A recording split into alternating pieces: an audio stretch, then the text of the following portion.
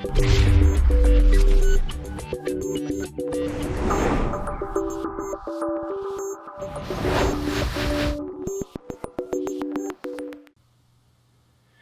this is, well, first of all, hi everybody. This is a very weird experience for me, I have to say.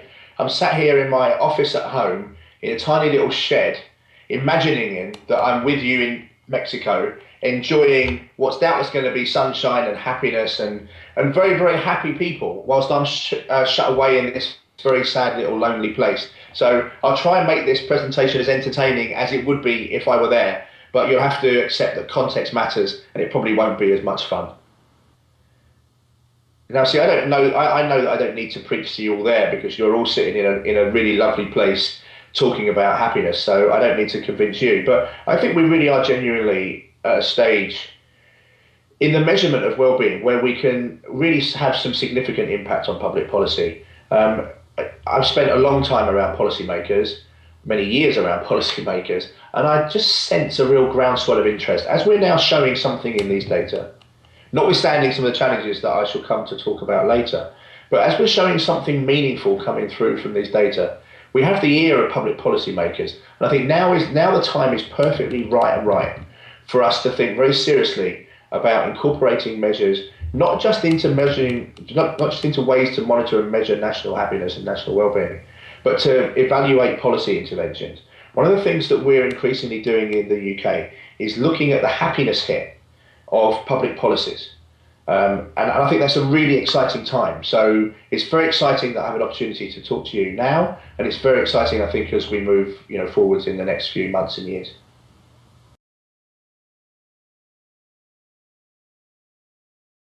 It's just important, just for the outset, just to be absolutely clear about different accounts of individual well-being, all of which could potentially be used and have been used for public policy purposes.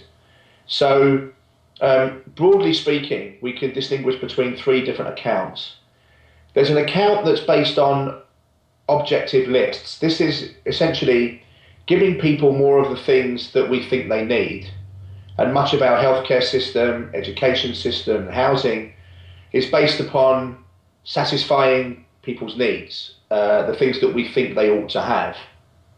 That account doesn't inquire into anything about how those public services and those interventions impact upon people's lives. They're just a judgment about the things that we think improve people's well-being. So that's a needs-based account. And as I say, much of public policy is based upon those needs. The second account is a preference satisfaction account. This is basically people's lives go better when they get more of the things that they want. And so this is an account that's very prominent in economics. It's why if you look at any basic economics textbook, it will say utility, which we can take to be well-being, is a function of income. And it's not that we think income is important in itself, but rather more income means, all else equal, you can satisfy more of your individual desires. You can buy more goods and services. And so that account of well-being has clearly become very important as a way to monitor and measure national income. We use GDP and other measures to measure the economic success of a nation. And then the third and final account is what's been called the mental state account. And this is the one that I'm going to focus on now. This is the account that says someone's life goes better, not when they get more of what they need, and not more when they get more of what they want, but when they get more of what they enjoy. More of things that make them feel better. And so this is the subjective wellbeing account, if you like. It's an inquiry into the impact that public policies and other interventions have on how people feel. And so this is an account that's become increasingly prominent over the last couple of decades, I think, as we now more confidently think we can measure people's happiness. Let's use that term. And as we're starting to show some associations between people's reports of happiness and things you might expect those reports to be associated with. So my own research interests are principally focused on precisely how we measure this thing called happiness. It's actually probably worth saying, as I've said that a few times, for the purposes of public policy though, the language might be more useful if we use the term suffering or if we use the term misery.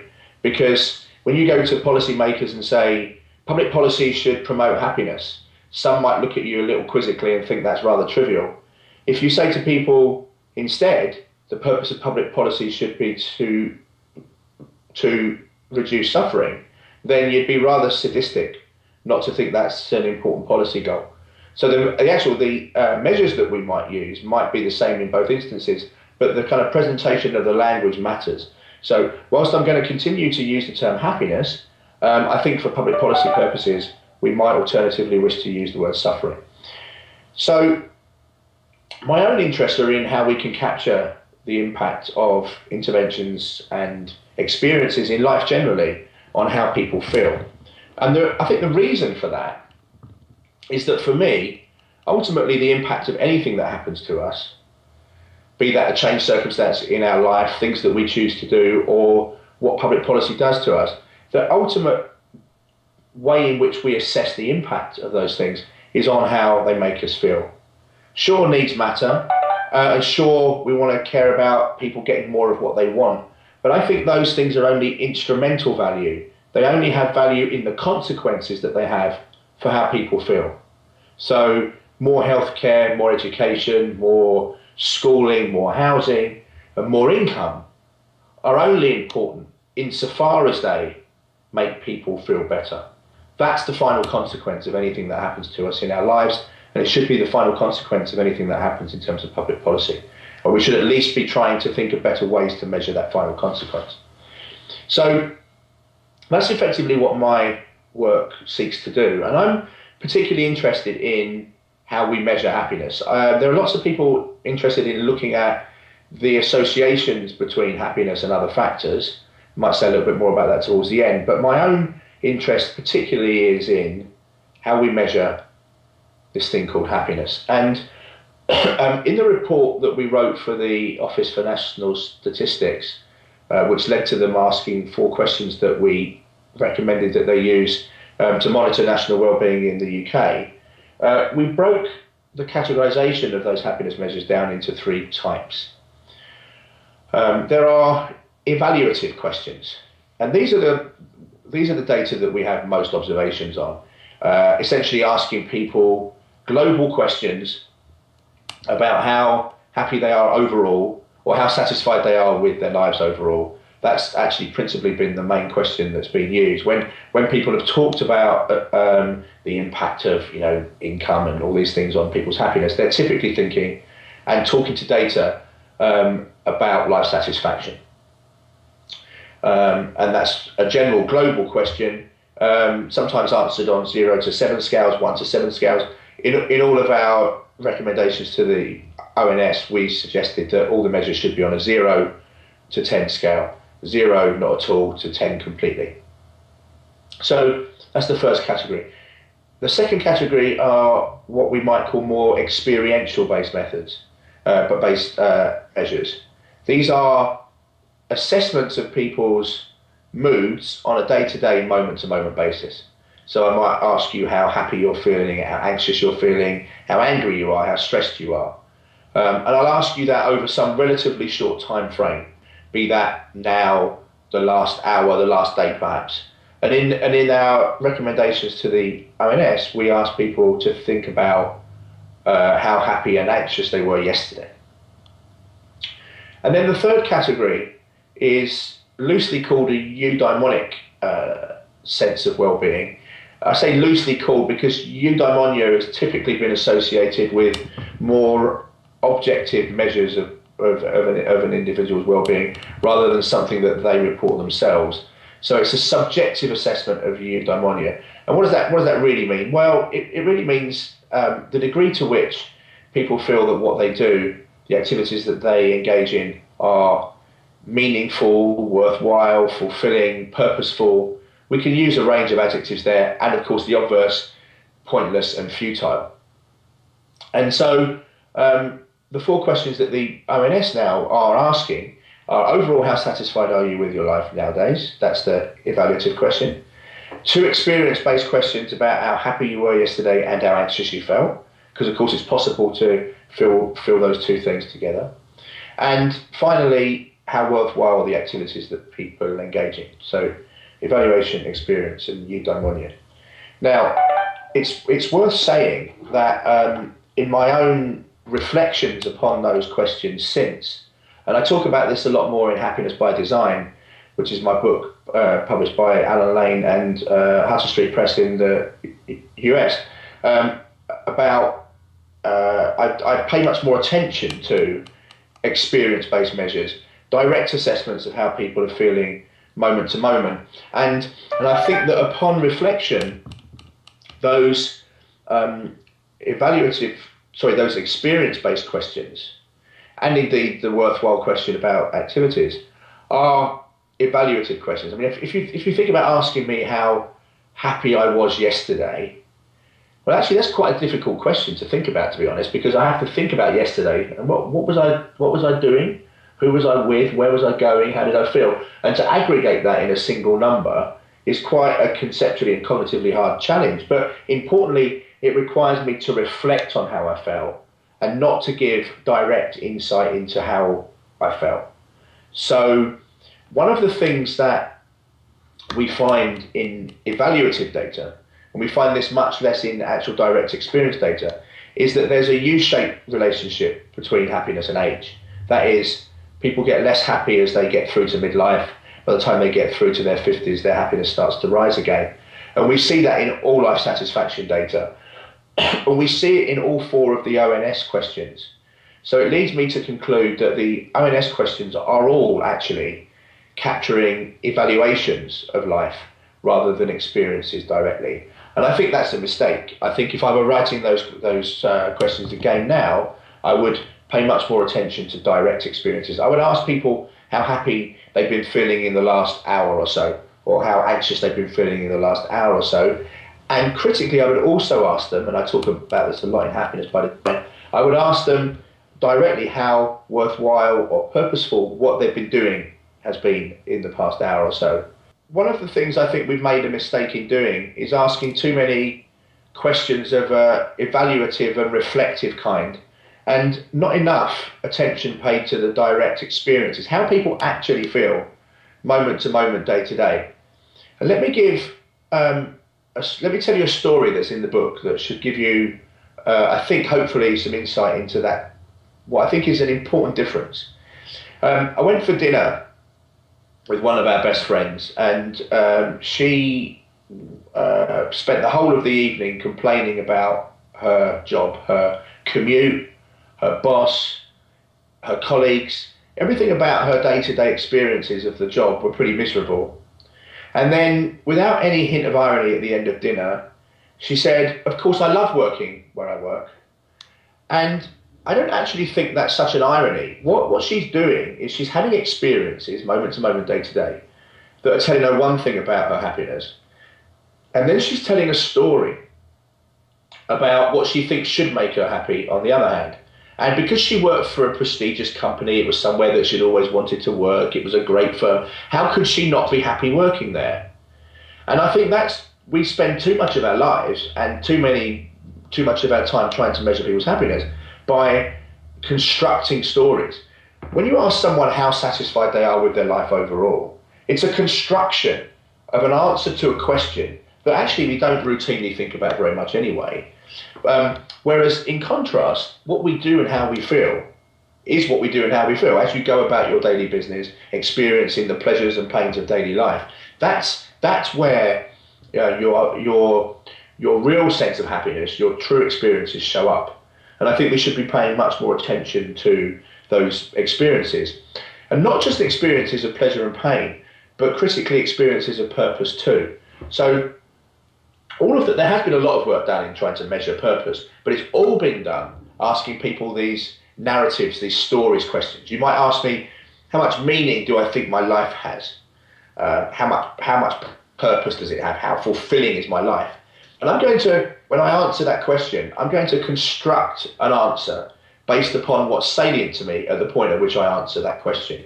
So I might think about being a father, or I might think about my job, and I might say that my life is purposeful. But where the purpose in my life shows up is not in those grand statements, but in the experiences. So being a father, the where purpose shows up is not in the stories that I tell myself about how purposeful my life is, but in the experiences that I have as a father, helping my children tie their laces, reading them the times tables, listening to a story back to me for the 50th time.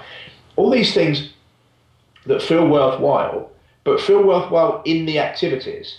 And of course, actually, some of the things feel quite pointless too. So that's where I think we should be paying much more attention than we are at the moment to how we measure and capture happiness. Is to capture people's experiences of both pleasure and purpose over time. So that's where I have been focusing my own activities, and will continue to try to pursue that line of inquiry. And when you do that, as I alluded to before with the age example, you do get some interesting differences. So whilst it's universally shown that there's a midlife crisis basically in evaluative measures, the experience-based measures show, well, a rather mixed pattern. Some things get better, some things get worse with age, other things don't change. People get less stressful, for example, it seems, as they get older. In some data that we've looked at using the American Time Use Survey, this is actually quite a nice data set. It's about 13,000 citizens every year, or every couple of years, have been asked from 3 randomly chosen activities in the day to say how happy they were during them, but also to say how meaningful those activities are as well. So that's the closest that we've got data to getting at the idea of pleasure and purpose as experiences. And in those data,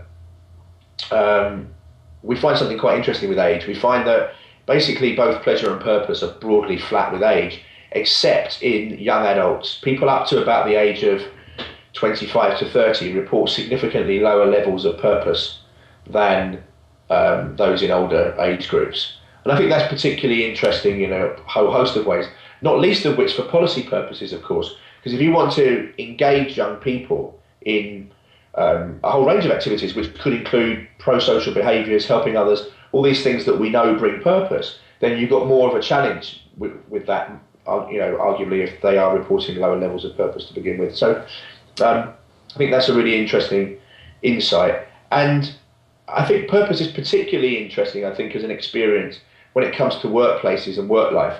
I mean, who actually wants to go to work and do something that they find pointless or futile? So I think there's a lot of interventions that we could think about, both not just in public policy, but in the corporate sector too, that can improve people's sense of purpose as they experience their daily work lives.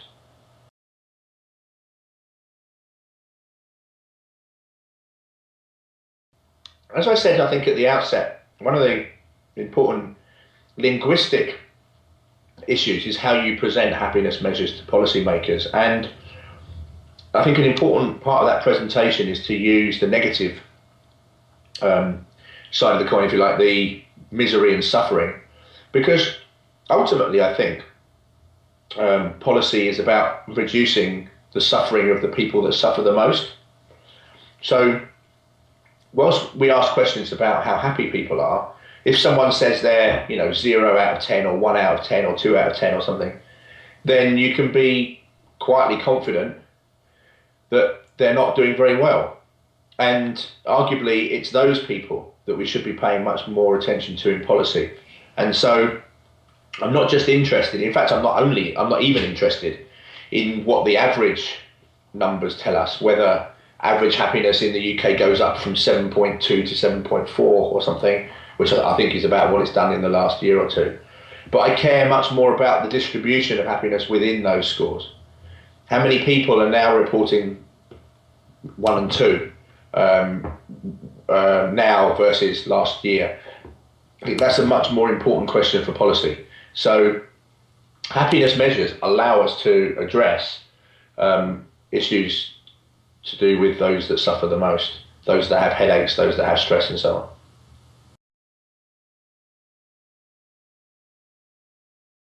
So I think my conclusion from having spent some time going through the measurement issues is that you should be measuring evaluations of life satisfaction because that's what everyone does. And people are going to want some international comparisons of those data. Frankly, I find those international comparisons quite challenging sometimes, not least because what happiness means in one country doesn't translate very well into what it means into the next.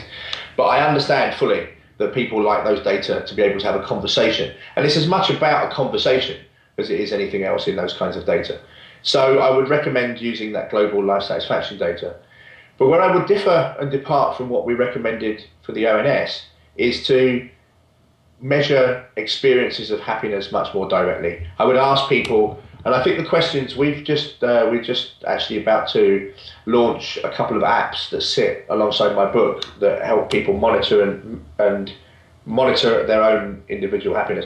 And the kinds of questions that we're asking there are basically how happy have you been feeling in the past hour or so, and how worthwhile has what you've been doing felt in the past hour or so. And I think that they're certainly questions that more directly tap into people's experiences. And for the reasons that I outlined before, I think they're much more useful in being able to identify just who's doing well and who's doing badly in life. Because people who are having lots of experiences that feel pointless and feel painful are the people that arguably we should be giving much more public priority to. That's where, for example, some of the challenges and problems associated with mental health will show up. And I think critically, it's important that we relate those data to time use. One of the nice things about experience-based data is that we can look at what people are doing as well as how they're feeling. And it's been remarkable to me in my own experience of spending, now more than 20 years advising governments, how few policymakers actually think about time use. Most policymakers, if you think about their challenges, will talk about big systemic and cultural changes. They'll talk about big ticket items like unemployment and income and housing and health. But actually, if you think about where you have the most discretion, although often it doesn't feel like that, it's at the margins with how you use your time. You can use your time slightly differently in ways that make you happier, that enable you to do things that make you happier and stop doing things that don't. And I think policymakers should be thinking much more about time use, about how they can design environments, nudge and sometimes shove people in ways that make it easier for them to use their time in ways that make them feel better, and harder for them to use their time in ways that make them feel worse. Because it's the scarcest resource of all. The whole time that I've been talking, sadly, you're probably all about half an hour closer to death than you were before I started talking, and I am too. And we're not going to get that time back. We can beg, borrow and steal money, but we can't get back time that's lost. And so we can't get back happiness that's lost. Lost happiness is lost forever. You can't transfer happiness around from one time period to the next in the same way as you can money. If you're miserable, you're miserable, and we should be thinking about policy interventions that can try and offset that. Okay, so I think that's pretty much it for me. I hope you started out with a happiness level that hasn't fallen by the time I've finished speaking. Of course, I don't have any way of finding out. I'm just sat here in my shed talking to myself. So that was interesting to me. I hope it was interesting to you. And I hope the rest of your conference is as interesting. Thank you very much, everybody, and goodbye. Presentation, and I'm sure it is going to be very worthy. The topic we are going to listen to by the presentations of experts. This is the kind of moments we expect when we attend to this kind of Congress, to tell us how, why, and how much. So we are going to listen to our experts who will address these issues. Is there an experience? Is there a recipe for well-being? And then they will tell us about cases of success that they have been involved with. So in brief, by the end, we might encounter that well-being has some other nouns that we can use to name it. So a couple of announcements. First I'm going to introduce to you our speakers. We know that video conferences are going to be tomorrow. So Now we are going to start with Charles Seaford presentation. He is a coordinator of a well-being center in the United Kingdom to promote new social progress and tendencies approaching new economic trends. He has several interviews, several things that have to do with well-being, human well-being, and priorities for economic policymakers. So Charles Seaford, please.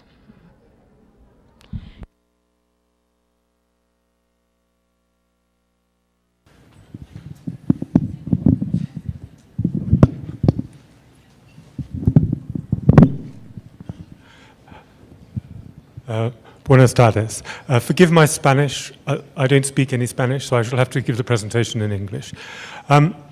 It is, of course, a great honor to be invited to speak here. Not just in the way that it's always an honor to be invited to speak at conferences, but because, in addition, of the message that this conference is sending out very clearly about how important the state of Jalisco is taking this agenda. So it's great to be part of that. Thank you very much. I've been asked to speak on the question, is there a recipe for well-being? And to talk a little bit about experiences of public policies on well-being and whether they're, if you like, following the recipe. The answer is that there is a kind of recipe, although it's not yet fully written, and it certainly hasn't yet been compiled into a recipe book. There are lots of public policies on well-being in one way or another, but they're not always known as policies on well-being. There's a huge range of activity that's relevant to this agenda, and I'll try to give a little taste of the range, but it will be very much of an overview, so if anyone has any questions, obviously feel free to speak to me or email me. The agendas, the contact details are at the end. So what does a policy on well-being do? And I just want to begin by recapping what I mean by well-being. We're recapping because it's already been discussed quite a lot, but I want to sort of boil it down to a very simple idea. I mean, it was said yesterday by somebody that well-being should not be the property of experts. Everybody is an expert on their own well-being. It needs to be a very simple concept. And so we at the New Economics Foundation in London think of it as basically living a good life, living the life you want to lead, living well, and the good feelings that you have as a result of that. And that's basically what we mean. So, if that's what well-being is, what might policies on well-being be? Well, in order to live a good life, two things have to exist. You have to have the right external conditions. If you live a life of grinding poverty, or you live in a heavily polluted area, then it's unlikely that the right conditions exist for you to live a good life. You also have to have the right personal resources. If you're very unhealthy, if you're suffering from some chronic disease, or you have mental ill health problems, or you are deeply pessimistic about life, then it's unlikely that you'll be able to live a good life. So these two things, external conditions and personal resources, are, if you like, the foundations, the underpinning for well-being. And public policies and the various kind of programs and initiatives that fall under that heading, and some of which I'll describe, are basically designed to create the right external conditions and the right personal resources in order to allow people to live a good life. Bruno Frey this morning drew a distinction between the idea of working directly on well-being and the idea of addressing those problems which prevent people from enjoying well-being. So I suppose I'm really following the same distinction here and saying what I'm going to talk about are primarily about dealing with external conditions and personal resources. Next slide, and go on to the next one after that. Now, there's another question about what a recipe means, because I'm going to be a bit literal here, or rather I'm going to follow the metaphor a little bit, because I think it's quite a nice metaphor.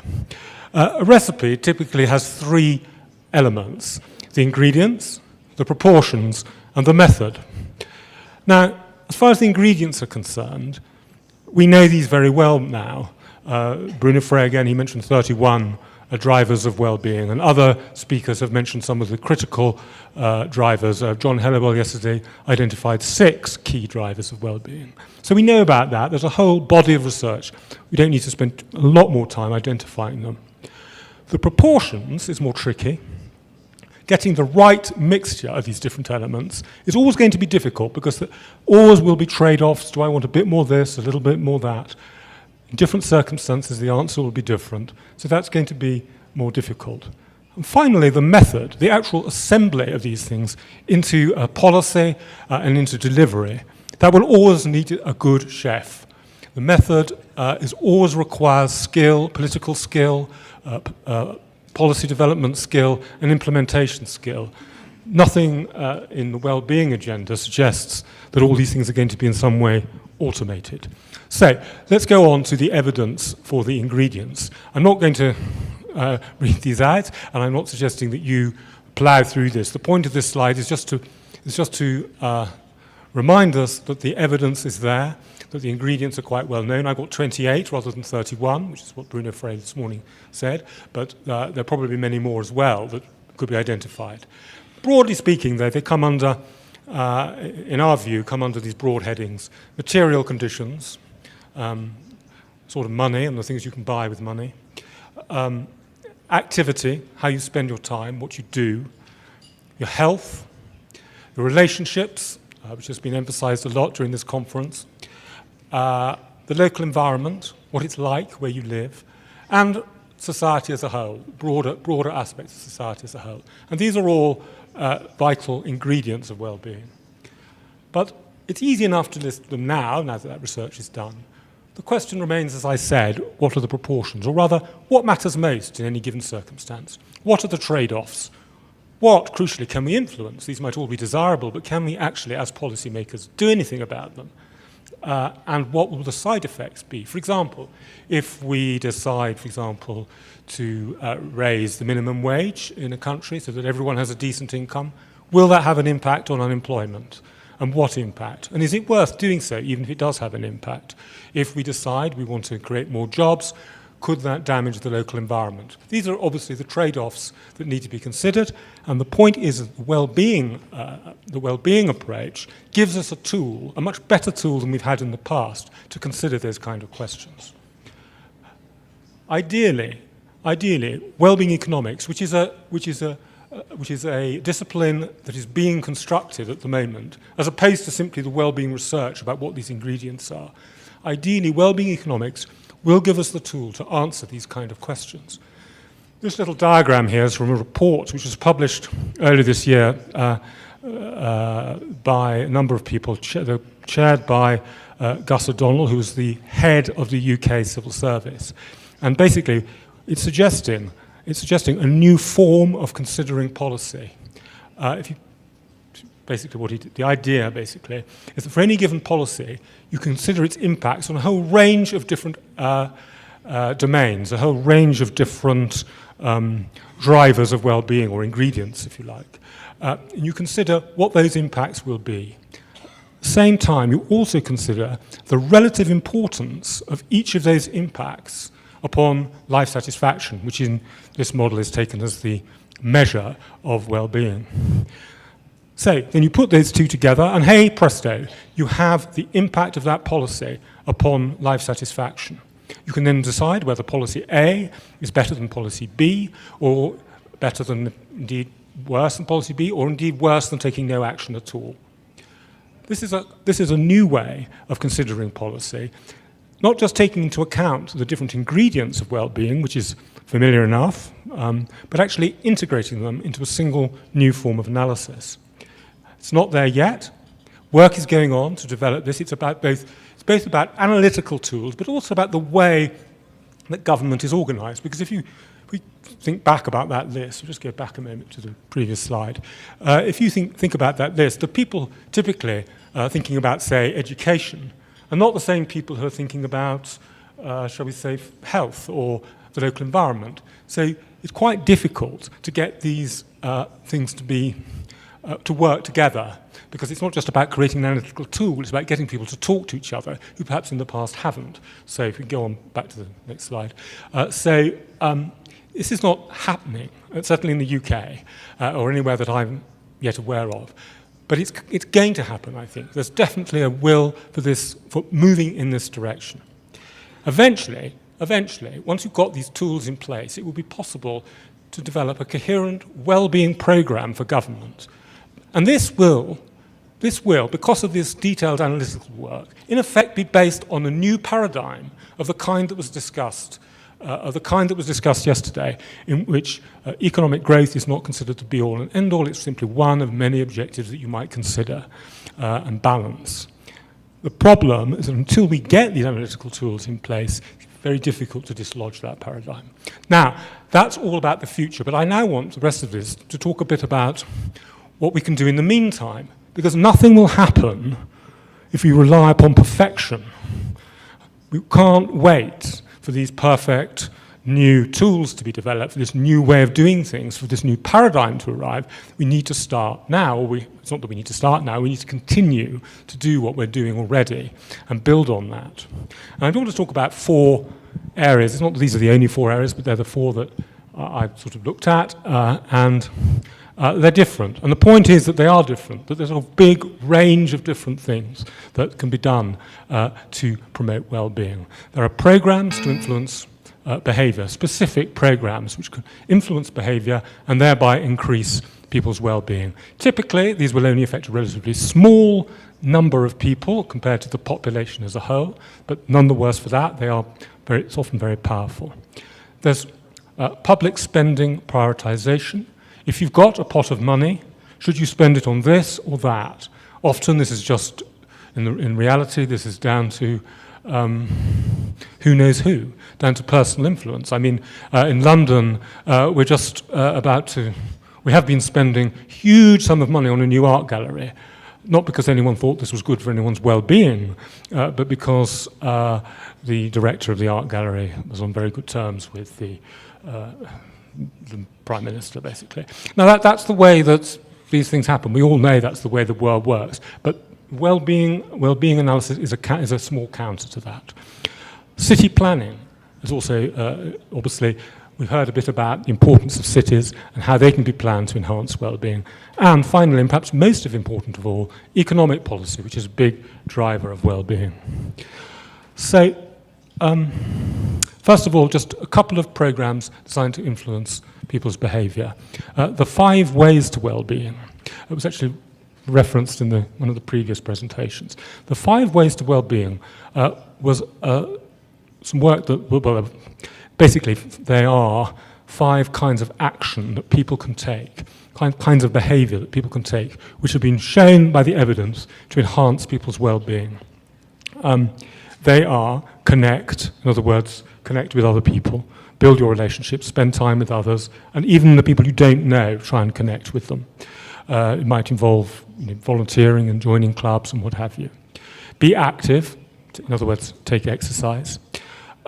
Take notice, which is an interesting idea but has a very strong impact on well-being. It's about being aware of what's going on around you. So rather than just thinking about what I'm going to do tomorrow, what I did yesterday, and just sort of slightly kind of, in a doze, just be aware of what's happening around you, that sort of alertness, and that has very strong, interestingly, very strong impact on well-being. Keep learning. We all have a natural curiosity. As children, it's very strong. Sometimes in adults, it weakens. If you can cultivate that and strengthen it, that is also shown to be good for well-being. And give, this has been referred to on several occasions. This includes things like volunteering, it includes giving money, but also it includes just giving yourself to situations. It's about just give it. The word is, I'm not quite sure. It doesn't really need much explanation. I think we all understand it. This is also a very strong driver of well-being. Now, these 5 behaviours can be promoted to people who suffer relatively low well-being, and they have been in the UK, and also in Australia and New Zealand. It has a good impact. It's been shown to work quite well, but it it is obviously a program like that will only have a relatively small number of people targeted. I'm going to very, very quickly rush through this, but basically the UK lottery funds a whole set of projects designed to... Can you speak louder, please? Oh, is it not working properly? Back because I'm here. Oh, right. Okay. Well, I'll hold it closer. That's the thing, isn't it? So the... Yes, what was I saying? Yes, the UK lottery, which is, it makes a lot of profit out of people's buying the lottery tickets, and it uses the funds, some of the funds, to fund projects designed to change behaviour, increase well-being. And these have basically been shown to work quite well. We can move on.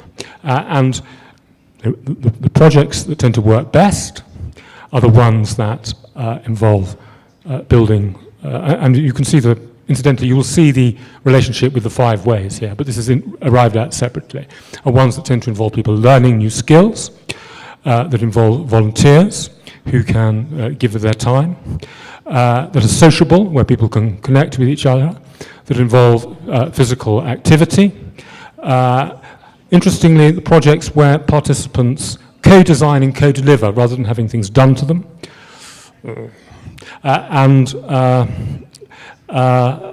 Ones that are community-led. So you can see the tie-in with the the 5 ways to well-being. So I won't talk about this, just except to say that in the UK, the well-being analysis is being used to attempt to prioritise public spending within government departments rather than across government departments. So within the culture department, for example, different forms of subsidy can be analysed in terms of the well-being that is associated with the cultural activities that are being subsidised. So, for example, participative activities where people take part, as opposed to simply spectate, are shown to have particularly high well-being impacts and can be prioritised as a result. City planning, again, I won't go through this, but obviously many of these ingredients, the ones I've highlighted in red, can be influenced by the way that cities are planned.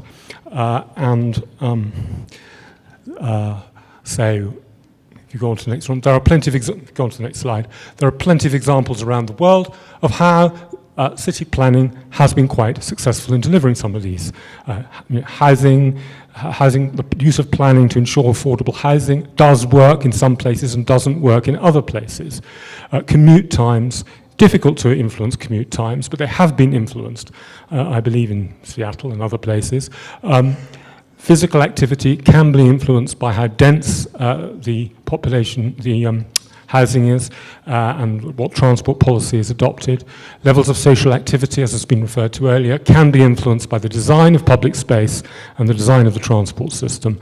And green spaces, too, can be planned in, even in dense areas. So the point here is not to give you a whole lecture on city planning, just to point out that city planning can be done in a way that enhances well-being or not, as the case may be. It's a key battleground, if you like, for well-being. And we are, in the UK, we're trying to push the planning system so that it is more concerned with well-being than simply generating a prosperous economy. What's the next one? Economic policy is the big prize. Obviously, many of these ingredients are influenced by economic policy, from decent income, and many of them have been referred to by other speakers. So if you go on to the next slide, the traditional approach, as has been referred to several times, is about growth in efficient markets. And that's basically what drives well-being in the traditional economic approach. Go on to the next slide. Clearly, other factors matter. They matter everywhere. They matter in Latin America. This is just another of these graphs. You've seen a few of these already, mapping life satisfaction and well-being. That one was just about Latin America. So what we have to do is take into account a broader range of ingredients which have already been listed. If you go on to the next slide. Now, the policy, I mean, these are the 8 things there are taken out of the list of 28. The policy to deliver this is actually not that new in a way. It builds on a fairly well-established social democratic agenda, intervention in the economy to ensure good jobs and to ensure minimum levels of income for people. And it might involve this might involve an industrial strategy, public sector employment practices, effective trade unionism, a decent welfare system if you can afford it, but is linked to flexible employment, and crucially, good governance, because all these things, particularly industrial strategy, only work if you can trust the government to actually deliver it. And the consensus now is that this is best done at city and regional level rather than at national level for a whole range of different reasons. So, the overarching point there is that a lot of good stuff is going on in that field, and it's one to watch, and that will have a very important impact on well-being. Go on to the next one. So to sum up, there's a lot going on, even if it's not always called well-being policy. It might be about, some of these programs are very explicitly about well-being that I talked about at the beginning of the presentation, but stuff about planning, stuff about economic policy, it's often not talked about in these terms. So there's a lot going on. There's also work going on on the tools that allow us to stitch all this together, and if you like, take these different recipes and put them into a recipe book that will actually be all the more effective for being stitched together. Consider the different trade-offs. So one thing I think we can do now, and we've reached the point at which it's the right time, is to review the policies that are achieving these different ingredients, even if they are not called well-being policies, and bring those together and start to create a recipe book. Thank you.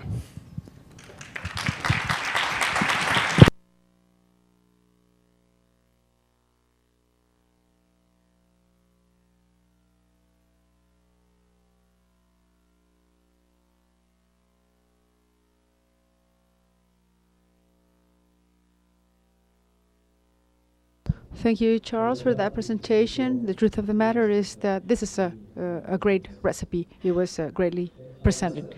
Thank you very much for that. As a matter of fact, he was shorted 5 minutes, and despite that, he has to be complimented twice because he was in full compliance with the time. Next, we have José de Jesús Garcia Beca. He's head professor at the Department of Economics at the University of Monterrey, and he's also head of the Center for Studies on Well-Being. He's focused on the quality of life and the subjective well-being in Mexico. He's a fellow of the International Society of Quality of Life Studies and also a fellow of the Communities Consortium. He's part of the 100 scientists that took part on the World Book on Happiness. So, José de Jesús, please.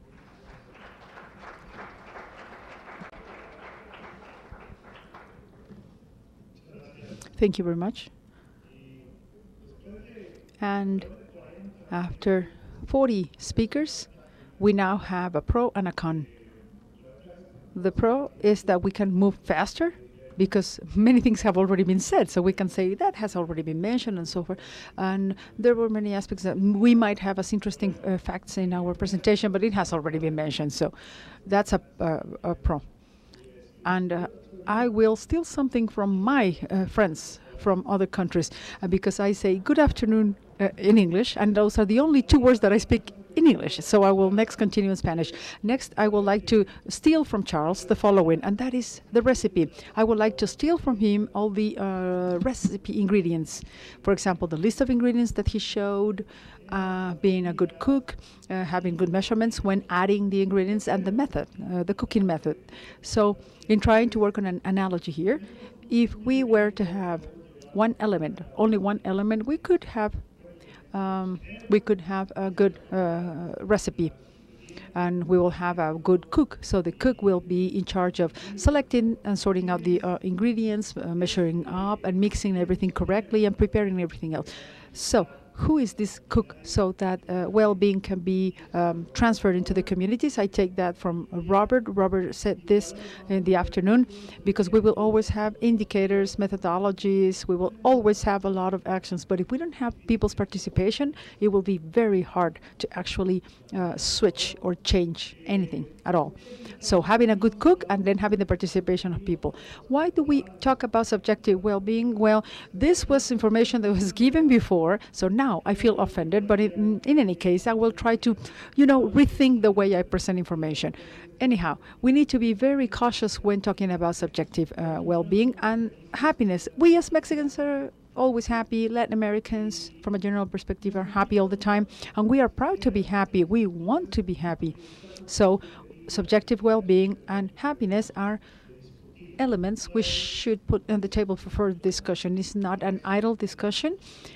It's not a superficial or a shallow type of discussion. Happiness is so relevant that it can give us benefits in the long term. As a matter of fact, there was a manifestation yesterday. There was a group of people that protested, but we have to understand that as well. We have to have happy children. We have to have a happy society so that we don't have corruption in the future.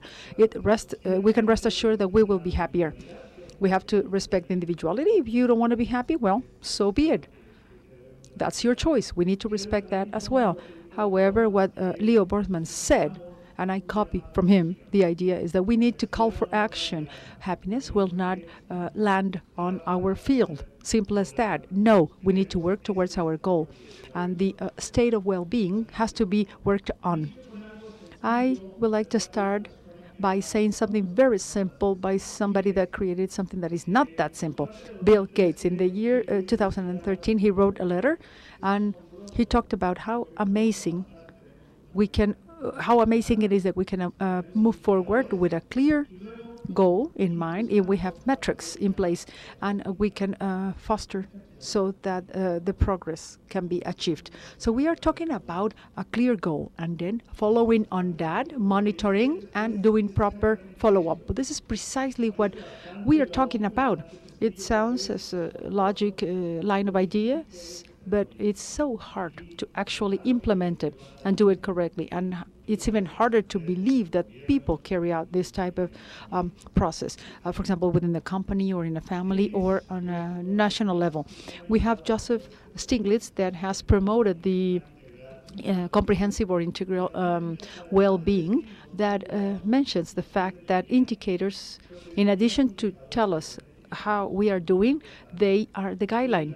So they are so relevant, and the truth of the matter is that those like myself that have been studying this for so long understand how important metrics are and how the well-being can be measured, how we can understand it. And we are so pleased to have Mexico, England, and many other countries that have within their official metrics the integrated or integral well-being.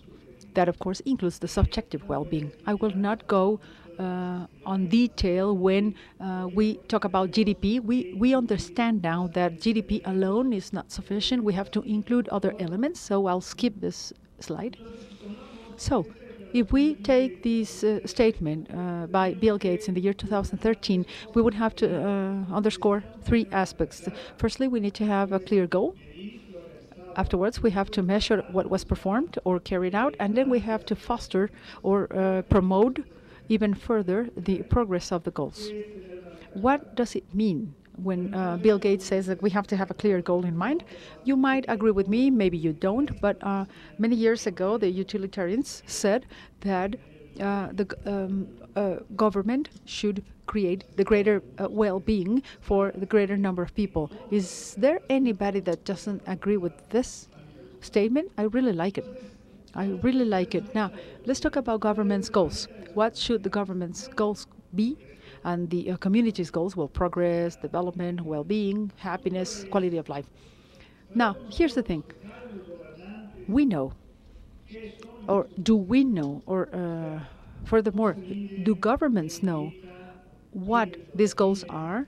What do they imply? Who defined this type of goals? Well, these are very good questions.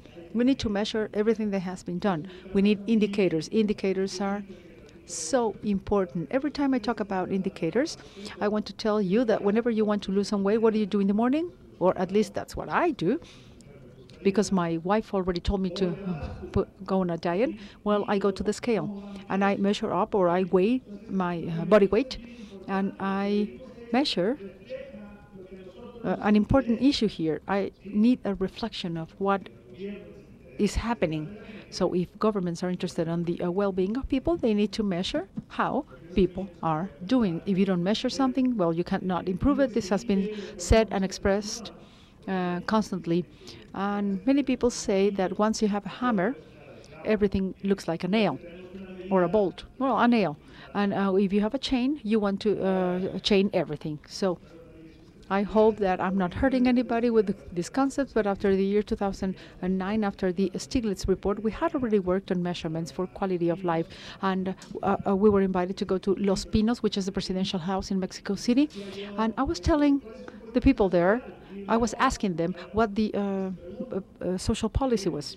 And they say, well, to live better. And I asked, how do you live better? How do you measure up whether or not we are living better? And after 3 years in the government, do they know if we are doing better? There's no subjective measure whatsoever. And somebody said, what do you mean? What do you mean we don't have a measure? Well, we have the index, consumer reliability index. And I was never invited again because of the questions I asked. Never again invited to the presidential house because I pointed out the fact that they don't have the proper metrics. Now we have Mikalos and his paradise. We can imagine that there's two dimensions. On the one hand, we have life conditions, material conditions, that is, and on the other hand, we have the satisfaction or perception. If we have low conditions and we are upset or angry, that would be the hell. We are living in hell. If we are in good condition, overall good condition, that would be the real paradise. Mikalos calls it that way. Then Mikalos continues to say that if we have good conditions, but we are not okay, we are not doing well, that will be the hell of the silly ones. And Stiglitz said in one of the meetings I attended, and I had the opportunity to listen to him, he said that President Sarkozy said that once. He said that the indicators, the macroeconomic indicators were excellent, but people were not happy, and people are outside in riots and complaining all the time. So we can provide people with many things, but maybe that's not what they need. So we need to measure the subjective well-being. And then we have a quadrant, the last quadrant, that talks about the paradise of the silly ones. Few objective conditions and everybody happy. So we can find many, many, many people in this square. It's the paradise of the silly ones. I was having a conversation once with people that are part of the state university. This person is part of the state university here in Guadalajara, and he said that we have many fool people, many silly ones, because many people believe they are in paradise. What is the real paradise? The block, the lower right block? Well, it's quality of life. The real paradise talks about that, quality of life. We have talked about material issues. We talked about incomes. We are having a combination, and when that combination is attained, we can have the real paradise. Now, this model, which is similar to an example that was shown in Jacksonville's model, and this is communities that measure quality of life, and for some time now, some even started 30 years ago. So firstly, we need a vision, then knowledge. Of course, we need a plan, action, results or measuring, and an evaluation again. And then we go again. This is a loop. It's a cycle. It never ends. This is the way we can move forward towards our goal. We need to have confidence or trust amongst the stakeholders. In this case, we're talking about the government, the citizen, all the citizens, and we need taxes to be paid, and we need citizens to agree to pay these taxes and never cause problems. That's hard. And in return, we have the government that should provide with proper conditions so that the hopes and dreams of the citizens can flourish. The city will not provide us with the happiness per se, but it will and should create proper conditions so that we can, in return, be happy and flourish. So this is a commitment, this is a contract, if you will, between the city and the citizens, so that with that contract in mind, we can be happy or attempt to be happy. I would like to talk about a quality of life index. We developed this in 2008. This is part of the Social Center and a Public Opinion Center, part of the University of Monterrey, and we even issued a book, and these are the indicators with the corresponding dimensions. This is a consensus, or part of the consensus. We have Joaquin de Palomar and Mariano Rojas, who are present here today, assisted us back then and helped us define what an integrated quality of life format is. 2008, that is. And 2 years afterwards, we had the next reports. And maybe they copied from us some of these aspects, but in any case, this takes us back to 2008. This is what we did. We worked on the book, but before that, we worked on a measure model and monitoring of quality of life. And as Charles would say, we have the ingredients. Now let's move on to the method, and let's work on a consensus, public information, so that people can see the results, criticize them, and tell us what's needed. Then the Ministry of Planning was changed from his role, and we couldn't continue with this. Then we were asked to go to San Pedro Garcia, which is a municipality in Monterrey. We once again checked the quality of life, and we got together with the city council and other committees, and this was pretty interesting. We understood, because of what they said, that they needed more information. We did publish information. There was severe criticism on the part of the media. Of course, the media looks for different stuff. But anyway, what we wanted was to invite the society, the citizenship, so that they could be part of the dominions and the measures, so the quality of life could be better and more accurately measured. Now, when it comes to municipalities or city councils, city counties, it's very complicated because the terms last 3 years. Anyway, we incorporate this on the National Development Plan, and there's still much to do. The problem is that programs are somehow interrupted. So San Pedro, this county or municipality, asked for the family well-being. So another realm or dominion should be added. So they said. And turns out that a quality of life index, or measuring quality of life, is important. Jacksonville doesn't have this, only 100 metrics, give or take. We proposed an index. We believe that by having an index, we can break it down in dominions or indicators. We can also work in comparisons, and I will share that later on. Let's understand what the reason for an index is. It's like the inflation rate or inflation index. How can you have a subjective and an objective factor on the same page? Well, it's like comparing apples to pears. Well, if you check an inflation rate, it checks apples and pears. So an inflation rate can even help us understand salaries and wages. So we didn't find this to be a problem. We just consolidated the information. We can break down this information on metrics, dominions, indicators, and then by demographics. And we can work on comparisons. We can focus our attention to results and what public policies are required based on the findings, of course. This is based on social classes or socio-economical ranking, and it turns out to be pretty surprising, but the highest ranking in social safety is the lowest group of the society. They have less to lose, or we don't know why that was the answer, but it was contradictory. Now, when people say that size matters, well, we have to say that here the objective matters. What do we want to measure? What do we want to improve? We work on a regression analysis, a very simple one. We didn't make it complex, but we wanted to identify which elements coincide on happiness. We have health, quality of public services, the easy access or transportation throughout the city, recreational and sports spaces, or spaces for leisure have a greater impact on happiness. Now, a general question in San Pedro Garcia County would go to the following variables. We have services, health services, and then the income, what can you buy with the income you currently have, and other factors. Another question had to do with the quality of life, overall standard. How likely is it for you to be in this city the rest of your life? And from 1 to 10, people answered that public servers, in this case public servers or public officials, and their efficiency came first, and other factors as well. I am right on time, right? Yes, I am right on time.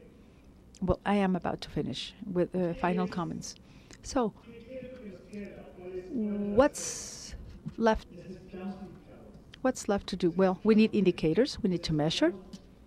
We need to measure and monitor.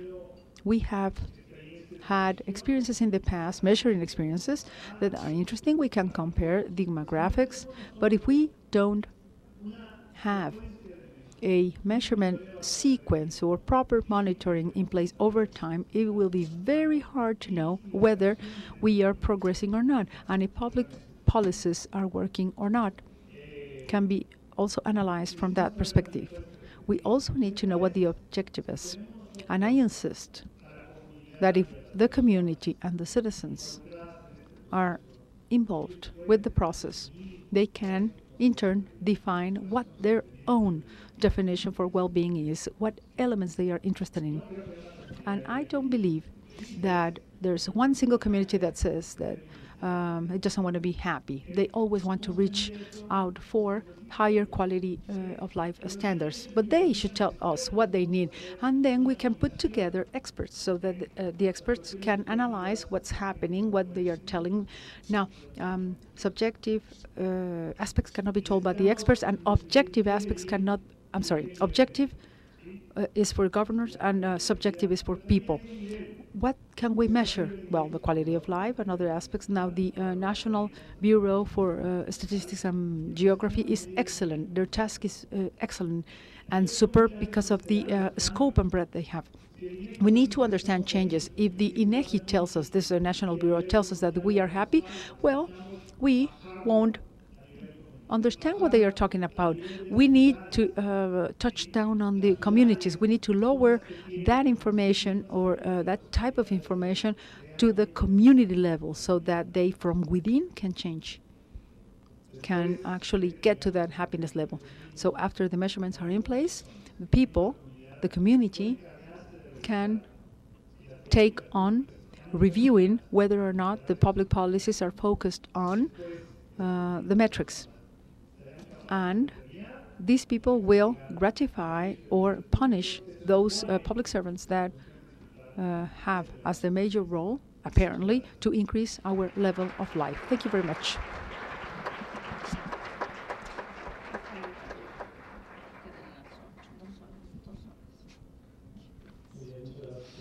Thank you very much, Jose de Jesus, and thank you for your punctuality when presenting your theme. Next, we have Olegario Sáenz Batalla. He's an economist and coordinator of the Planning Committee and Economics.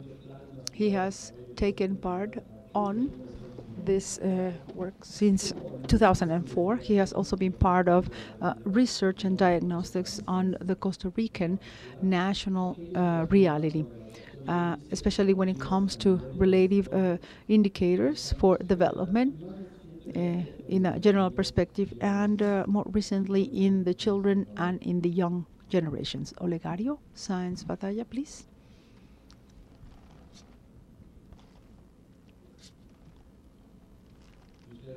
Thank you very much. Well, I would like to firstly thank the authorities of and officials of the state of Jalisco for this cordial invitation. This is a beautiful state, and the country as a whole is beautiful as well. Secondly, and please, the slides. I will be somehow against what has happened so far. I will speak about the way we measure, as was previously said. So I understand what Jose de Jesus said. I don't want to be heretic here, but I will be somehow radical. Measurement is important. Measuring is basic, but for public policies, it's important to have an idea, a general idea, but also a local idea as to what is happening. So we have the well-being on the one hand, which is objective, and the subjective one. So we have a statement on Forbes magazine that talks about or refers to a survey by a scholar, and it included many students measuring up subjective well-being. Costa Rica was ranked number 1. Want to be happy? Move to Costa Rica. This is what the slide says. So that's what Juliana Brio said, and it's not only for soccer, because we really like football, soccer there. So I will try to include 3 basic concepts. Of course, we need the general considerations when creating or analyzing the best indicators. Then we will have a case of study, a case that we developed locally, and that is the local social index. And another one that is very recent is the IBINA, which is an acronym for the Children and Adolescent Well-being Index, INIBA. The stages that have to do with the formulation and index development are basically 3. We need to understand or ask ourselves why we need the index, what it will measure, what it will help me with. So that would be the conceptualization. However, with conceptualization alone, I cannot work. I need to have relevant and pertinent data so that I can understand the overall process. And that will be vital in light of the availability of data. And well, okay, I have the concept, I have the information or data, and now I need to calculate and validate. Because this morning, one of the this morning it was mentioned very clearly that validation is basic for proper understanding. As to social development indexes, we have a law. No, I will skip one slide, please. The planning law, national law, it's law 5525 that sets forward the mandate so that there's updated and prospective diagnosis regarding the national reality or the national status. In order to do so, the Ministry of Planning or Secretariat of Planning has to have in place a number of standards, and there's the National Development Plan that is part of this. As a matter of fact, this has played an important role when it comes to budgetary allocation from a national perspective to localities. So we have 81 departments, or in this case, sections or regions, and it will depend on the level of development to allocate the budget or resources.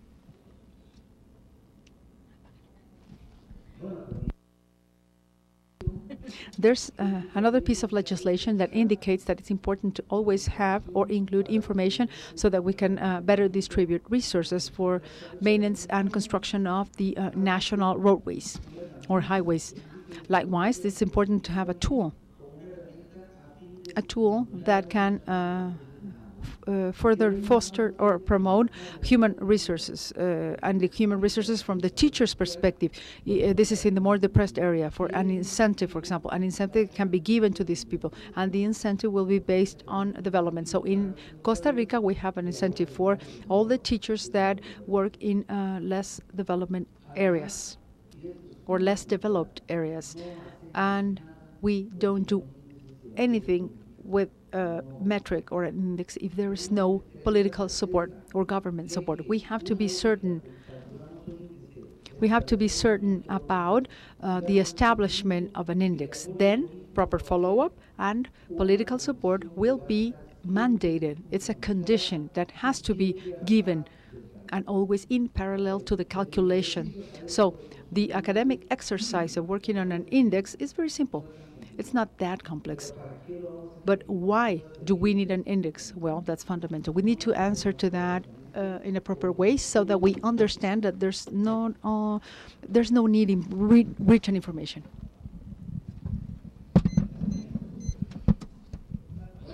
So, on what refers to concepts, how are we understanding, the previous slide please, how do we understand social development?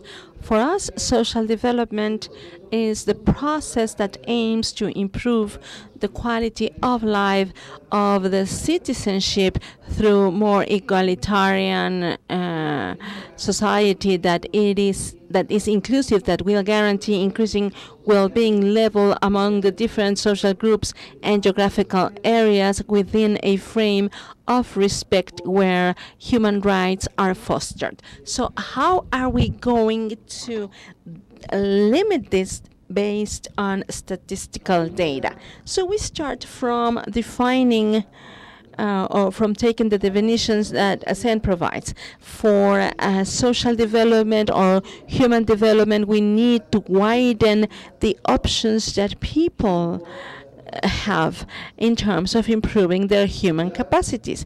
That is to say, diversity, the diverse things that people can do or become in life. This is a concept that relates to freedom. What in my freedom as a user of my freedom can do and not do. So this index approaches development starting from 4 dimensions. Economic dimension that stresses out the right that all persons have to have dignified householding, health, the right to live a long and healthy life, education, the right to be able to receive or have access to quality education, and finally citizenship participation. This is another sphere that has been included in subjective well-being analysis in previous presentations here. So the ultimate goal of using this index is going to be implementing policies that will close gaps, and this is the ultimate goal.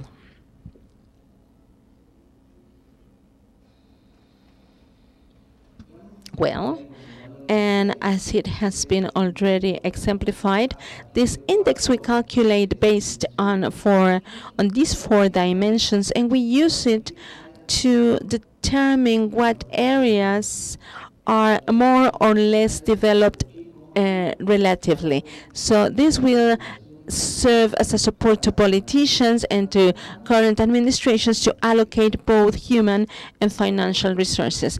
Another aspect that outstands at the national current development program that was just presented the last 17, it is that incorporate public policies specifically created based on this index. We're not talking about an index that gets calculated and then remains written somewhere on some paper. No, what we have decided is already going to work, or my constitution now is going to be based on what social development data proves. And as I said earlier, this serves as a tool to allocate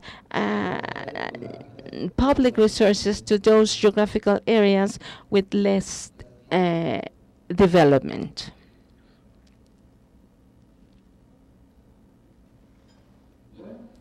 So, this index has a very special feature. It is appropriate to remark. We are saying that it started being computed through a census that was started in 1963 that was repeated in 1984, and later on the statistical data was used at a management level in order to implement this. And then as management or government statistics, we started to make calculus in 1999, and this is when institutions gathered content on annual statistics for indicators that were necessary for this social index. So we didn't stop by getting the census information. We used the same information for the social index according to yearly availability of this data for the government and administration. This is the census is done on a 6 years basis, and we have a special index for each dimension: economic, educational, where the district with larger levels will be scored 100, and the least or the smallest is going to be scored 0, and then we take an average out of this addition. And the third step is the validation of social development index. We made this time we made it by using the basic unsatisfied basic needs statistics according to the index and the data that this proved to be. It was very high at a district level. It was minus 0.87. At the state or a province level, it was 0.87. And in terms of reliability, we use compact information that indicated there's a very high correlation that proves to have this compatibility that we can say is excellent. This is a Costa Rican map, and this is when we observe the provinces, the districts, I'm sorry. It is 417 districts. However, you can see the asymmetry amongst them. And one of the main important aspects that I want to remark here is that well-being or development, we cannot see it as a whole at the national level. We need to emphasize the differences at specific regions, and the black rectangle by central Costa Rica, this is the metropolitan area, the large metropolitan area. We have almost 55% of Costa Ricans living here, and it is only 2.1% territory. So this is a very reduced area geographically, but it groups a large amount of population. And development levels are relatively or comparatively smaller by the borders: North, South, and Caribbean. And these three, please stop there. These three, the areas that are marked in black, we can see these are another Costa Rica, a very different Costa Rica. This is something we can assess as another Costa Rica, very different from the metropolitan area by the north, Nicaragua, by the South Panama, and by the Caribbean. Okay, so let's stop there. However, if we go to the Pacific region, we are going to find Nicoya region and the what we call Central Pacific area. They are different as well. They are different. Here we have, over here we find this green, both light and dark, and these are the 4th and 5th levels of our social index. So as we get away from central Costa Rica, the local development level diminishes. However, if we get away to the east, we're going to have relatively better conditions. And here we are able to see by specific regions the same data. So this in a number reference, these are the data we will obtain if we perform statistical calculation. We have the central region with maximum and minimum levels for social development index, but an average is 67.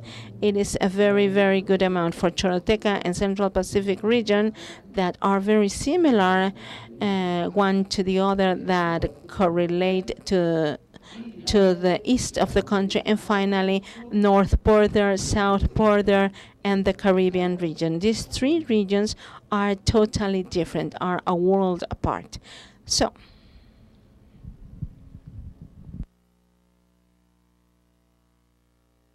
60% of the districts we can collocate in quintiles with most favorable development. 2.1%, as I said, of the territory of the country relate to this. This is basically by the center. This map reflects the persistent heterogeneity in the development of this country. Those districts with the lowest values are located by the borders north and south, and they prove differences in the values we have reached at the different districts when they are more or they are further away from the capital. And of course, the best development we have it in the metropolitan area as well as some other areas by northeast. And the social development index and the national plan for development. Now, these are policies that have been brought down to earth, and they consolidate the social development index. So for childhood well-being and adolescence, this is something that has been calculated from newly borns. This is something we calculated in 2013. And why did we do this? That's because UNICEF needed support for quantifying the levels of life of the childhood and teenagers in Costa Rica, and they required us this, so we were happy to do this, but they said, let's not only do it at your states or provinces level, but at district level. And we used data from the census of 2011 in order to conceptualize what well-being is. And we can continue. So from here we can have a different approach. Well-being of children encompass the quality of life from a wide perspective. It relates to economic conditions, to relations among peers, which is basic, political rights and opportunities for development. This is a concept we started defining in order to be able to calculate the well-being index for both children and teenagers. And Mrs. Lugo was telling us about multidimensionality in these indexes. So we worked with 35 indicators at the census level and 3 dimensions: material conditions, as we have remarked several times, in order to mention subjective well-being, education processes. If we don't get education, we cannot improve well-being either subjectively or objectively, and the household environment as well as income level. So that's the chart. And another one, we also approached according to groups of population. We not only consider from 0 to 17 years, but we divided this into 3 groups: the toddlers, children, and adolescents. So we have 3 scopes for a specific population amongst the different groups of age. And for validation, we have several criteria employed about or in regards to unsatisfied basic needs. This was a core criterion. Some experts were brought to work on this, as well as the reliability index. This is IBINA for 2013 for age from age 0 to 17 years, and this is what we have observed for social development in accordance to social development index. And the largest well-being indexes we concentrate by the great metropolitan area, while in the rest of the country we find very specific areas for north, west, and west. And this has led people to move to more urban areas by central Costa Rica. The middle term objective for this index is relying on perspectives about well-being of children and adolescents. However, what is the desideratum that would be relying on an overview of childhood in Costa Rica in 2013 in order to be able, based on statistical data, to rely on a follow-up that is going to be done more often, so we can contribute to these most vulnerable groups of age, children and adolescents. And from myself, with all my affection, I truly wish, as we say in my country, to enjoy pure life. Thank you.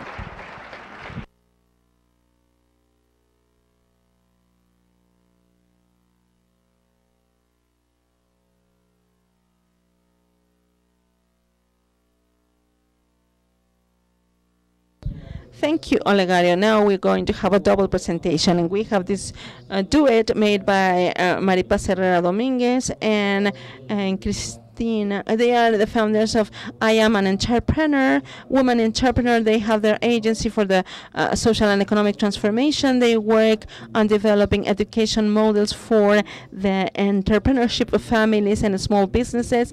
They are co-authors on entrepreneurship in Puebla, Oaxaca, and Jalisco. So now I will give you a small resume about each of them. Maripaz Herrera Dominguez, she's a public accountant with a master's degree in business management, industrial business management by Universidad Iberoamericana. She has studied finance, projects, evaluation, gender, positive psychology, and also collaboration to small and medium-sized companies, incubation, innovation, developing thinking strategies, leadership, corporate governance, talent development. She has been certified by different organizations and universities, both national and international. She's a coach, a consultant, and trainer on business topics for small and medium-sized companies, personal finances, advice to micro companies and community banks. While Cristina Reynoso Gonzalez, she has a major degree in marketing from the Panamericana University, from ITESO, which is one of the universities in Guadalajara, with a specialization on markets, business simulators, training, foreign trade, and strategic planning. She has participated as an instructor and certified trainer for the implementation of programs at the 3 levels of government. She is an advisor for business planning, integration of markets, design of products, internationalization. And she has participated at different, as consultant to different companies, both at public and private level. So, Maripaz and Ana Cristina, please.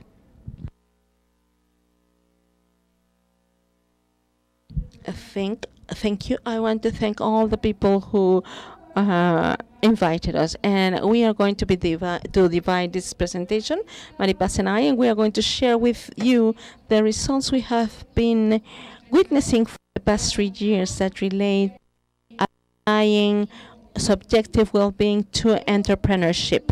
We are very happy, very fortunate to have developed the first model for entrepreneurship from the science of subjective well-being. So to tell you a little about this, the background of this overview in Mexico, both Maripaz and I have more than 20 years of experience in entrepreneurship topics. Maripaz has worked in the area of Tlaxcala, Puebla, Hidalgo, and myself, I am based here in Jalisco, and I have worked in northern Mexico, Coahuila and Durango mostly. 3 years ago, I was fortunate to move to Puebla City, and this is where Maripaz and I got together, and we started with this enterprise. I am very happy that we have many academicians and doctors. We are not academicians, but we are people who live through experience. So through this entrepreneurship model, we endeavored to see what was happening in this, and we got to see figures and something that relates to occupation and unemployment in our country, and from the actively economically active people, from this 53 million of in this age, we have to think that almost 40% 60% of almost 2 million of people of this group are totally unemployed, and 40% women, 60% are men. Informality, unemployment also concerns us in the states of the north, Chihuahua, Tamaulipas, Coahuila. We see unemployment that almost reaches 6%, and informality on the other side, here by the southern states at Guerrero, Oaxaca, Chiapas, they reach almost 80% unemployment. So these are unemployment figures, informality, and informal employment. This is something that are truly worrisome. Now, about companies that get to be established, Margarita was so much scared. Almost 95% of companies are either micro or small. These companies that generate 5.4 employments. These family companies have great challenges, and one refers to aligning the interests of the family to the objectives of the business. If this was not a big enough problem, I think that these companies that surpass all these and pass to the next stage, only 30% out of them get to a second generation. These family companies only get to the second generation. Out of this 22% that gets to a second stage, only 10% will go to a fourth generation. So this is our current reality. So let's move to the next. And in this reality about entrepreneurship in Mexico, is this working? Okay. So, you feel safe when you click on this, and it's wonderful. So how does people make entrepreneurship? I supported FOJAL here, which is a fund that works through the government of this state. And I remember people got to us and said, "Oh, do I get a loan here?" They told me they loan here. They make loans here, and we said, "Yes, we have loans here." And they said, "I come for my money. I want to become an entrepreneur. What kind of business? I don't know. What would you recommend?" So this is not the way we can do it.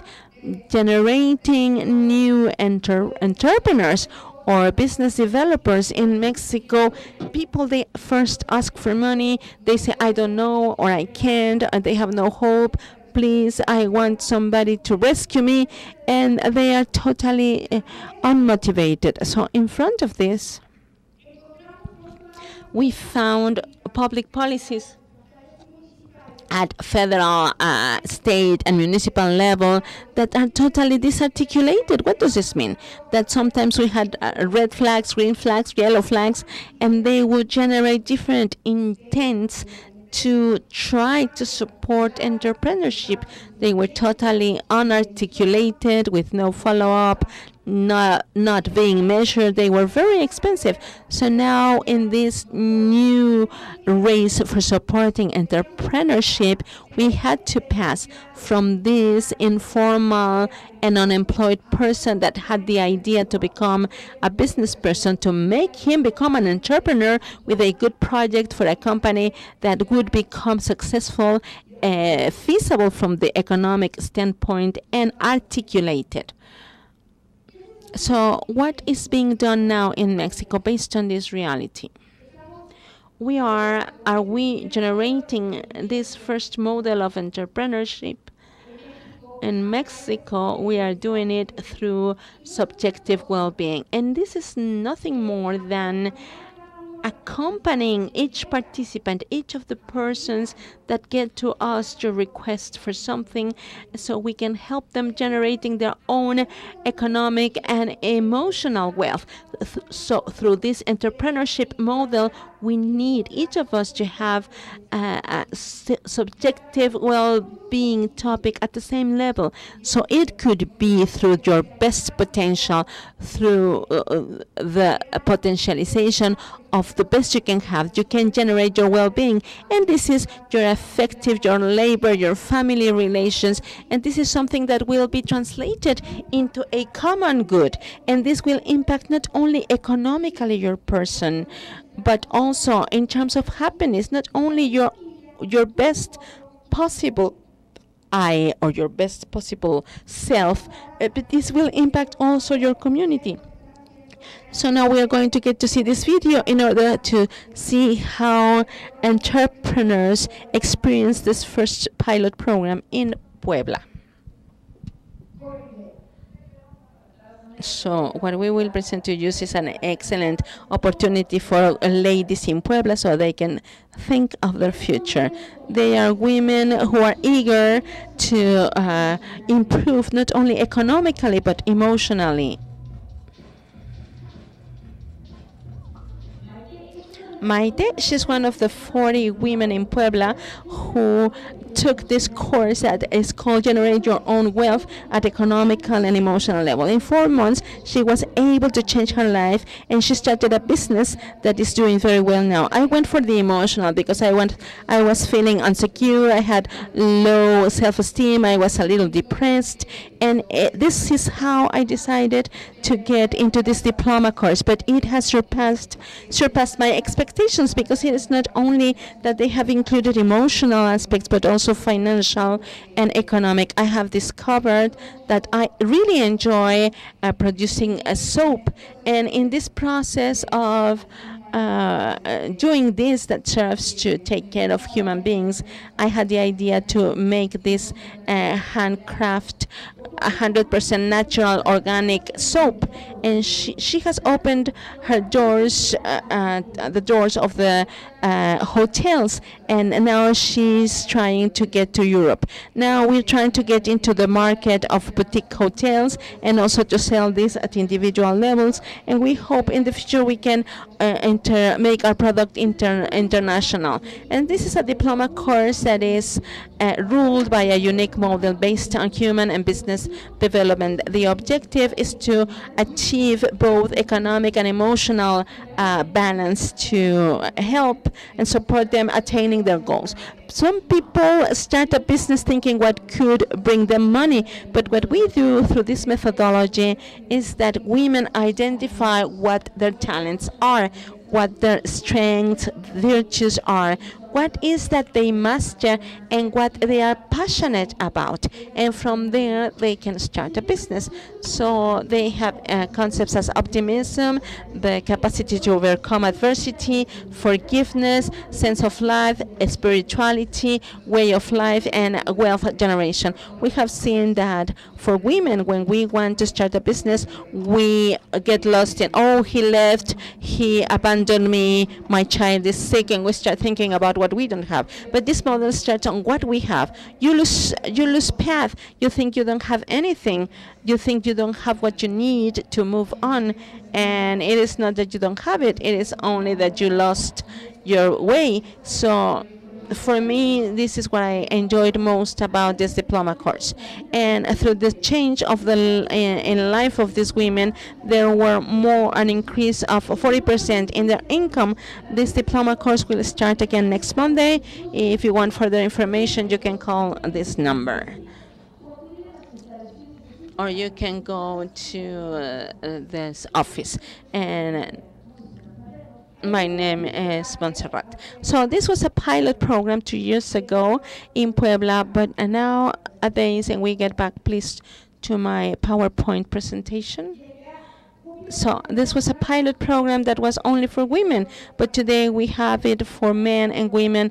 There was a lady who brought her son and then her husband, and then from being only for women, now it has become for family companies, and it has brought children, sisters, and from being an entrepreneur, now we have a much more complete model. So what we have done is that we instruct agents of transformation, and through a methodology that is totally experiential, totally ludic, we have a program of 96 hours of present courses and other 32 hours of activities at home that people through online tools learn by doing through practical cases at each of our sessions. For human development, through positive psychology, through business development, we start using meditation techniques for mindfulness that refers to getting concentrated on our breath. And also that provide us with a whole systems, a whole model of learning that today is aimed for not only to women but for everybody who is willing and eager to become entrepreneurs and who are older than 18 years. Good afternoon. The truth of the matter is that Cristina and I, this evening, are truly thankful for this invitation, and we also like to thank the mentor, our guide, our guru, Margarita Tarragona, and obviously Gerardo Leiva, who has been part of this effort, as well as Mariano Rojas, and all those that have made this project possible. We are very emotional about this. Now, this is the guideline we have developed with somewhere around 600 pages, and this is a roadmap. The roadmap for the entrepreneur. I would like to work on an exercise with all of you. It's a very brief type of exercise.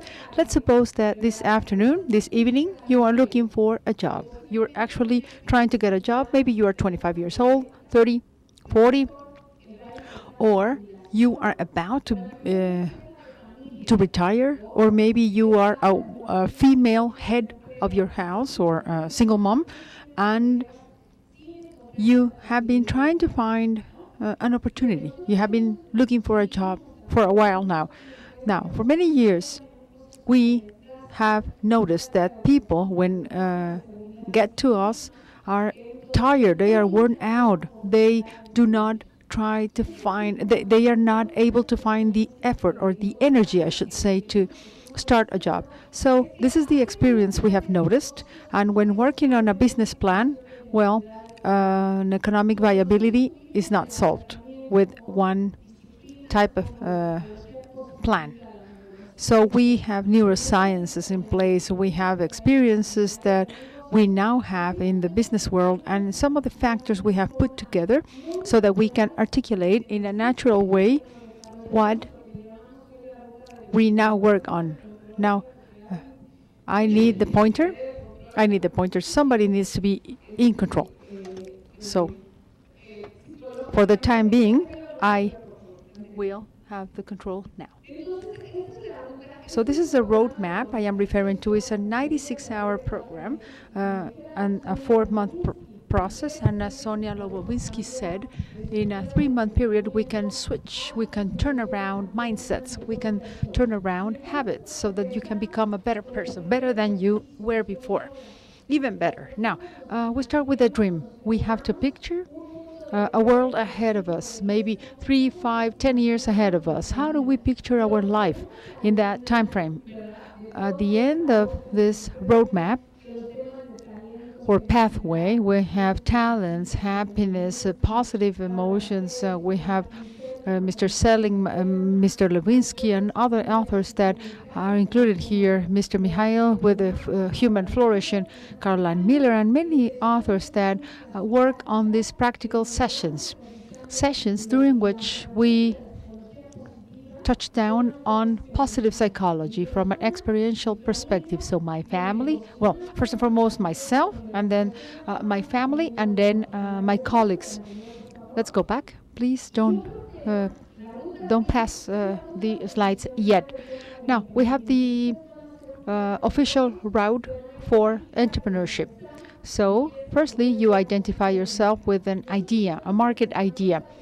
So, this is the first momentum. This is the first session with entrepreneurs and or potential entrepreneurs that might or might not have a business yet. And they start with finances, personal finances. Let's work on budgets. Let's work on your and spending, as we call it, and also compatibility. For example, how compatible are you with your partner, with your spouse? You have a financial project or you have a simulated financial project. So I understand that I am doing well time-wise. And don't worry, I will comply with my time.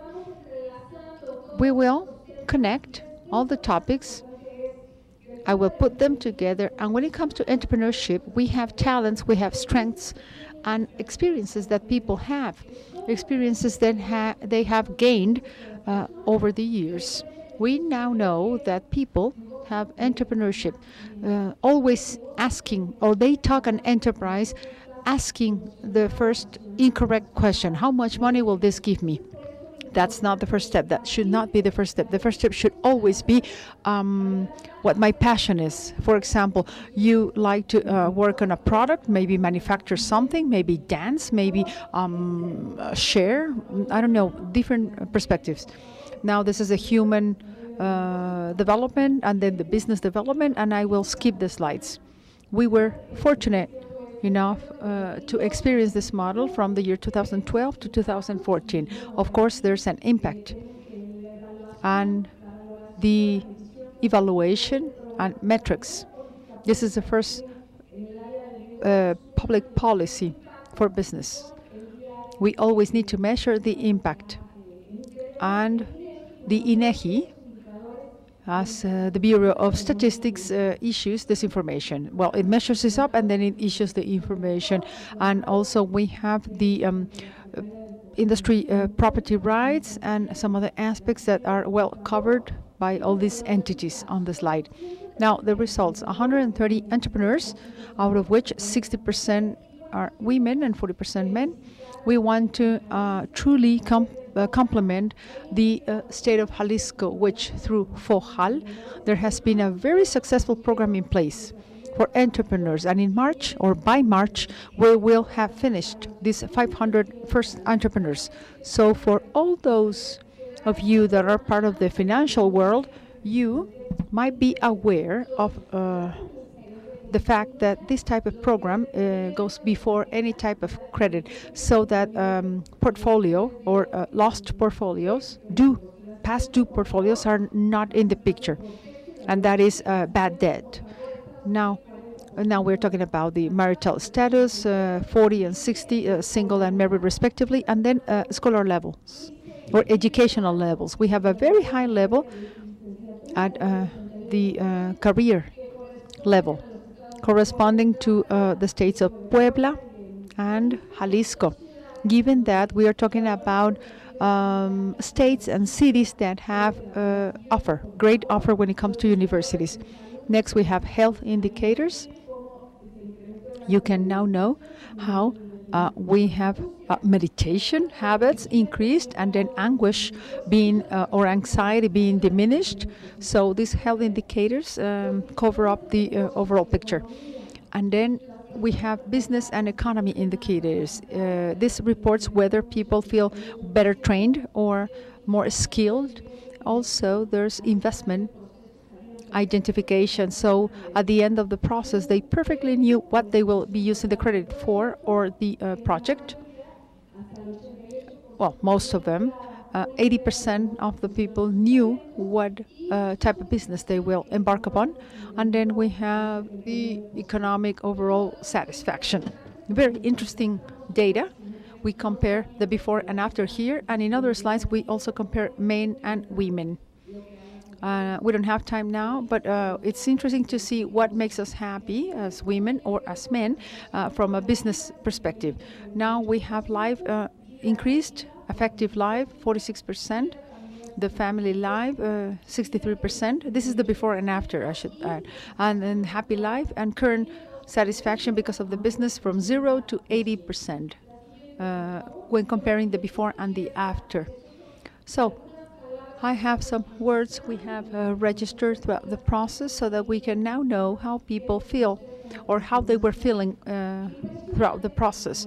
It's interesting to always notice what this means from a qualitative perspective and how people register themselves in their mood, their self-esteem, their security, and the perception regarding the customers and clients. We are talking about hope, optimism, and resilience, amongst others. So all these topics, of course, have to do with this roadmap ahead of them. And in a country such as ours, and this was commented on this morning, we have bureaucracy and we have the market, which is ferocious. We, entrepreneurs, need to develop certain skills, certain competencies, and In order to conclude, we have the impact. This is the first degree in Mexico that has an impact measurement through the BIARE and the INEGI. These are two tools. Well, the first one is a tool. The second one is the Bureau of Statistics. And then throughout this 4-month period, 96 hours, there's a self-knowing or self-knowledge process, allowing me to know me better, have a better confidence, and rely on myself. I have to understand my well-being status, my family, my surrounding. So family relationships are so important. Now we know that. So through these projects and models, we will rescue this, we will recover this. And you might not believe this, but people start to realize that they can reconcile with others. And also they understand that there's toxic relationships. They start to recover what they lost in terms of the relationship with their children, with their spouse, and so forth. Also economics and the perception is improved. We, of course, have character flaws that are corrected, and the mood is improved, and, well, overall benefits. Then we have the development of psychological strength. We can improve communication. Whenever we're talking about family enterprises, well, communication is relevant. Then we have financial culture and a platform that allows for confidence, trust. This is what we need. Strategic alliances and productive models. So this is the seed for social transformation and economic transformation as well. And the last slide. Who can be part of this? Economic development, social development, the Ministry of Education, which is very interested in this model. Also young people institutes or women institutes, maybe other countries. And during the past months, we have had contact with countries that are interested in this model. The next slide, please. I would stop talking now. This is the end of our participation, and on the slide, we're talking about other actors that can also take part. And stated universities, incubating agencies, as well as other stakeholders. Thank you for your attention this afternoon. Very well. With that, we conclude this visit to the kitchen of well-being. Charles talked about the recipe with the 28 ingredients, and he also talked about the ratios or proportions and the method. He mentioned an important factor, and we don't have to wait to have everything or all the ingredients on the table so that we can start cooking. We need to cook right off. We need to start. When it comes to well-being, we can see what we have and work with it. And the chef is an important or a key factor. The profile is good, but no names, and we need that type of chef, so please give us some names. Then Jose organized the kitchen, and as a matter of fact, there was a flow chart. That means that he comes from Monterrey. Everybody from Monterrey works on flow charts, and he had a prudent type of revolution. And he talked about knowledge first and then the plan. That is a revolution. We specialize on working on the plan without this, knowing what we are talking about, or before we know what we are embarking on. And then Charles also mentioned that it would be ideal to understand what type of guests we have, to consider what they want to eat. Then Olegario framed the kitchen within an institutional situation. And taking the word of Jose, he did give us the people that would sit down at the table to eat, not only to know what they want to eat, but what they need to eat. And that means that Charles' ingredients will be provided to these people. So Olegario took it all the way to the final guests. Then we have Maripaz and Ana Cristina, who are very glad consumers, and they work on a kitchen that is based on well-being with a proper dosage of subjective well-being. If we were to put this into practice in the state of Jalisco and taking into consideration the organization I head, Jalisco, ¿cómo vamos? So Jalisco, how are we doing? This is the name of my institution.